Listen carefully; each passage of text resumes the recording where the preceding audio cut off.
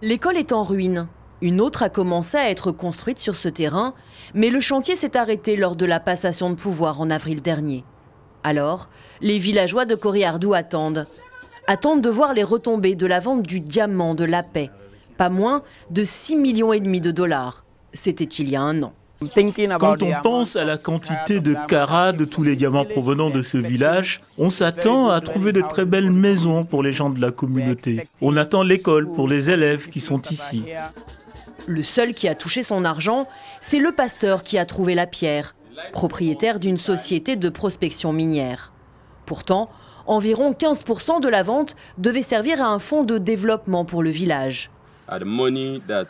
L'argent que le gouvernement consacre au village de Corriardou, ce n'est pas comme de l'argent donné par le gouvernement ou une ONG, c'est la propriété authentique du village de Corriardou.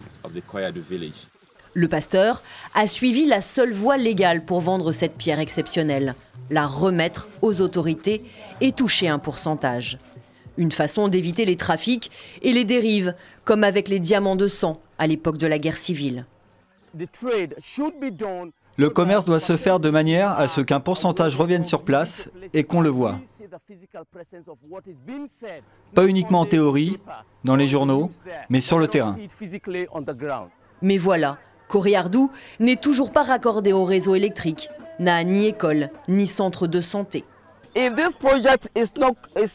Si ce projet n'aboutit pas, je ne suis pas sûr que celui dans cette communauté qui trouvera un gros diamant de la taille d'un ballon de football ira le remettre aux autorités.